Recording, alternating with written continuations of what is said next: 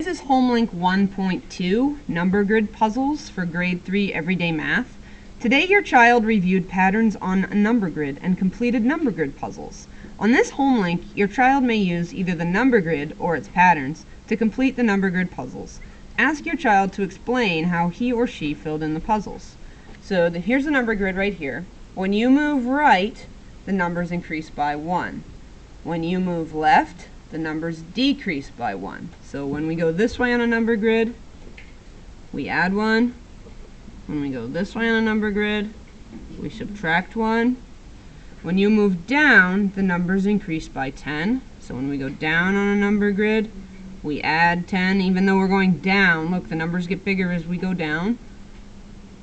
When we go up on a number grid, the numbers decrease by 10. We subtract. So seems counterintuitive, right? It seems like we think it should be the other way, but going up the numbers get smaller, going down the numbers get bigger.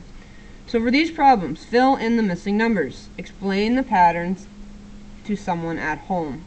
Okay, when you work on these kind of number grids, I really encourage students to fill in these missing boxes, okay, to make an even number of rectangles in the grid so that it's much easier to fill in. So for here, we have to use this kind of chart here. So when we go to the right, we add 1. We go to the left, we subtract 1.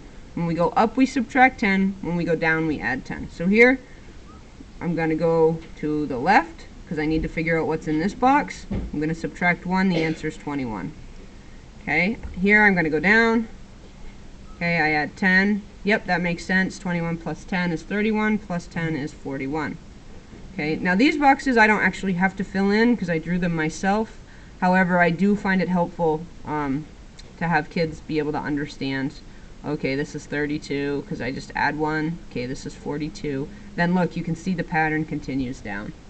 Alright, so that's how you do number 1. Number 2, look, we've got 175 in the middle and then nothing except these corners here. So I'm going to fill these in to make a nice even rectangular box.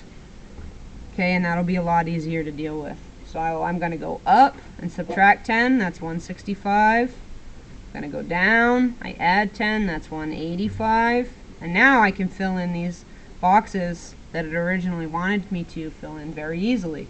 165 plus 1 is 166. 175 plus 1 is 176. 185 plus 1 is 186. So it makes it a lot easier to fill in. 165 minus 1 is 164.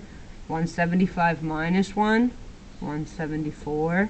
185 minus 1 is 184. And look, we can see when we go down, it's all adding 10. 164, 174, 184.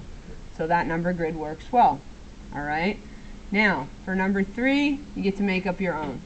So you can put any numbers that you want in there. So you could start with the number 101, 102, 103, 104. Okay, and then we're going to go down 1 here. That's add 10, 112. Now I'm going to draw in these boxes to make it more easy for myself. Plus 1 is 113. Down 1 is plus 10, so 123. This one's going to be 122. Then down 1 again, 132. 133. Add 1, 134.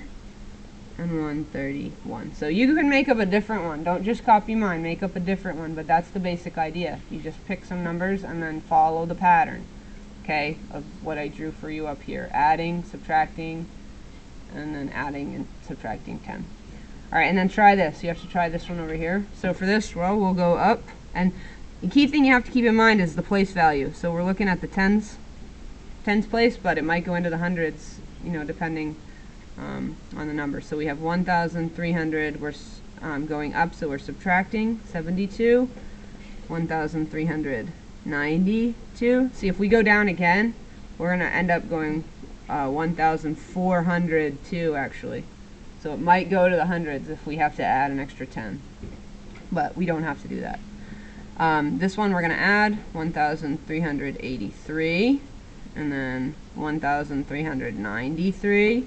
1,394. Okay, so this is Homelink 1.2, the parent help video.